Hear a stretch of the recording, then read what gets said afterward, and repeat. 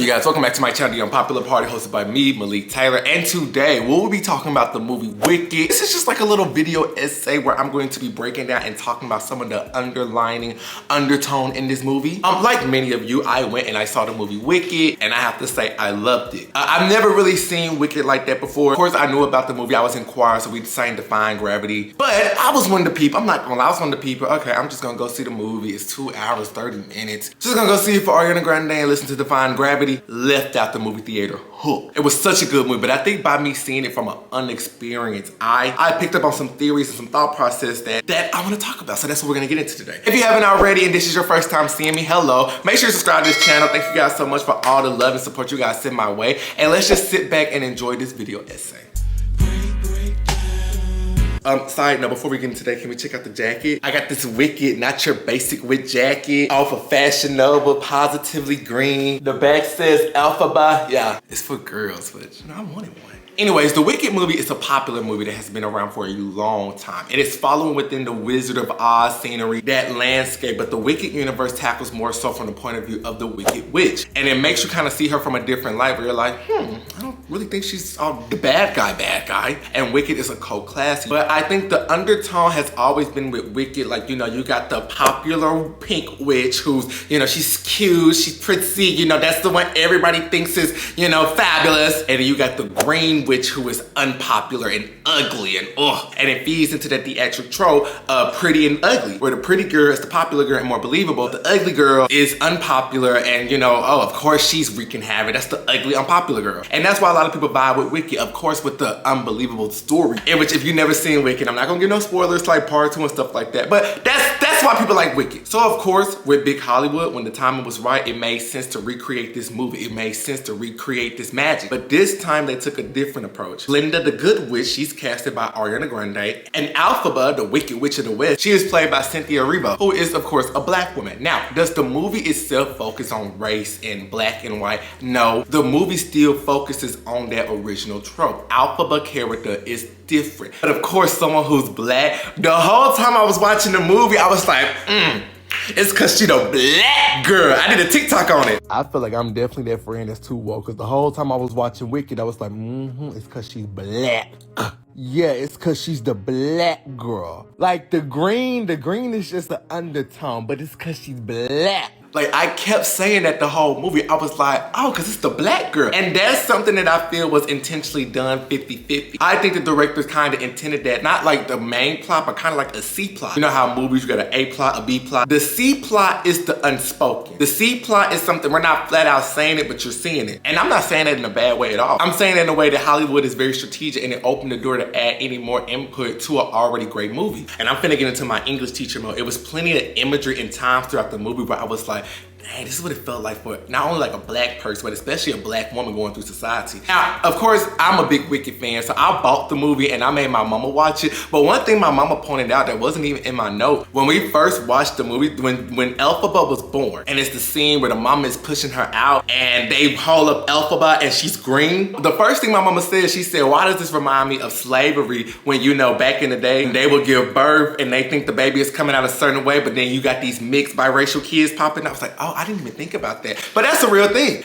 Back in the day when it was slavery, you know, they were sleeping with them slaves and sometimes the baby would come out looking, yeah. So that's my mama input, but I'm gonna talk about some of the input that I noticed. First of all, when they popped the movie off with No One Mourns the Wicked, that first intro into the movie, cinema. As someone who is coming in with new eyes, like if nothing else hooked me, that scene hooked me because I was like, oh, but I could feel something was off. Here we have Ariana Grande character, Glinda the Good Witch, and she's coming in and everybody's like, oh, it's Glinda the Good Witch. She's here to save the day. And you see all these pictures of kill the witch. Oh, the black girl, okay. From that moment, I was like, oh, I feel like it's more to the story. Like in this clip, they burning the Wicked, they shunning her out. No one mourns the Wicked. So y'all know I can't play that clip for real because Wicked and YouTube gonna copyright the heck out of me. So enjoy my cheaply made rendition that I did. Goodness knows,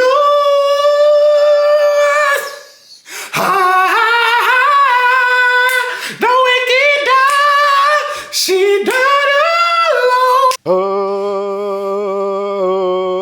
No one mourns the Wicked.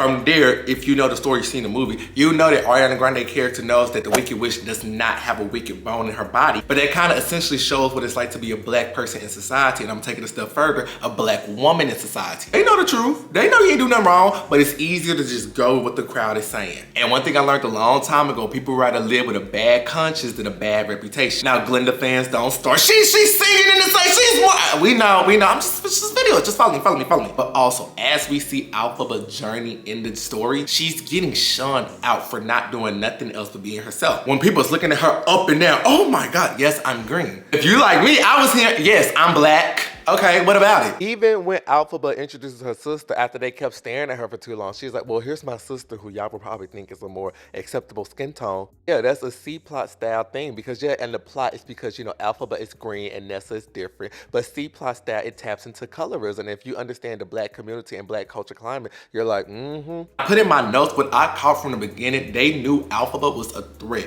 When the Madam Master Lady, when she saw Alphaba do that power, when she got mad, she knew at that moment she was a threat and she needed to hone in on that. A lot of times society, they view black people as a threat. Not necessarily because they're fearful of black people, because they're so amazed by like, how are you able to do all this? Like black girl magic, that's a saying for a reason. People cannot grasp like how black women are able to just be down and out for the count, but able to still come back and just shock the world. Look at the 666 movie, for example. I think for the longest the black women in the 80s was capable of doing things, they got up in there and got that mail to them people in 90 days. So the Madam Lady, she saw that. And Alphaba, she feels accepted. A lot of times, a lot of black people can relate to the fact of feeling like the outcast and like, wow, now we finally feel like, okay, I got an ally. Like you mess with me, like you see the potential in me. And you can see that glee within her when she was singing The Wizard and I sing the heck out that song.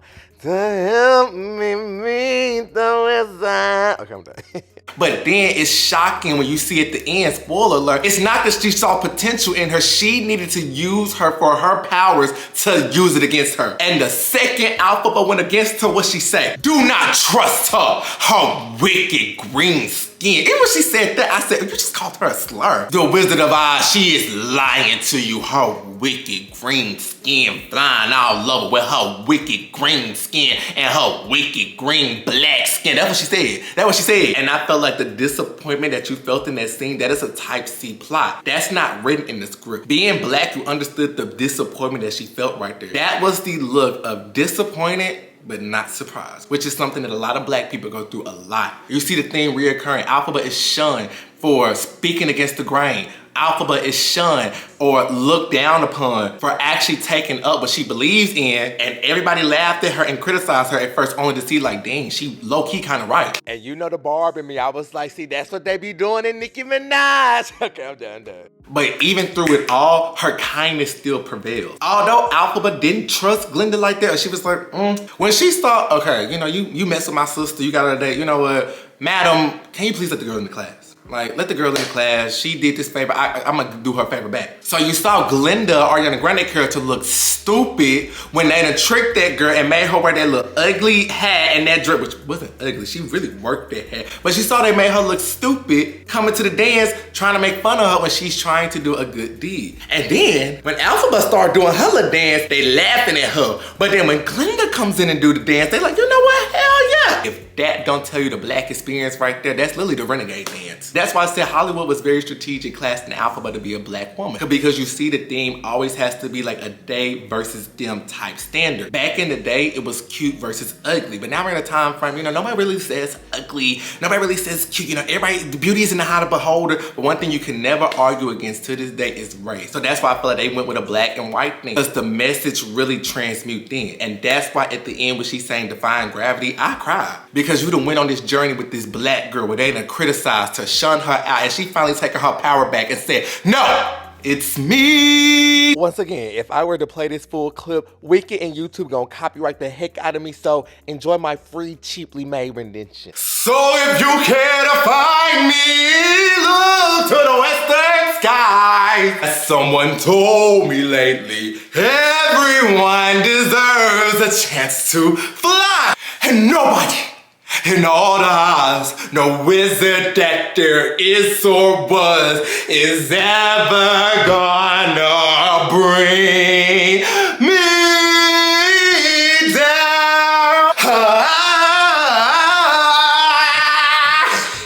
And I feel like if the message was to really root for Alphaba, you do that at the end. Because you're like, yeah, girl, defy that gravity. Tell them F them. But you know, seeing Wicked, I am very excited to see part 2. I'm very excited to see, like, it's so, like, if you ever get a chance to just dissect the lore of Wicked, oh my God. Like, ever since I saw that movie a month ago, like, that's all I've been invested in, watching part 1, part 2, seeing the stuff behind the scenes, seeing the Broadway stuff, seeing the stuff. Like, I highly recommend seeing the originals. Like, go out and look at all of that. Wicked is such a good movie. The lore of it gets good. Part 2 is gonna be very messy, and it's gonna get good. But I just want to come on here real quick and do this video essay. And now that I have done this video essay, you are the teacher. I am turning it in. Grade my video essay. What did you think about my thoughts? On a scale of A to F, what's my grade? What do you give it? Do you relate with this? Do you not? Do you feel like I'm reaching, or do you feel like, yeah, this is valid? Hey man, put all your thoughts in the comment section below, and I will see you guys in my next video.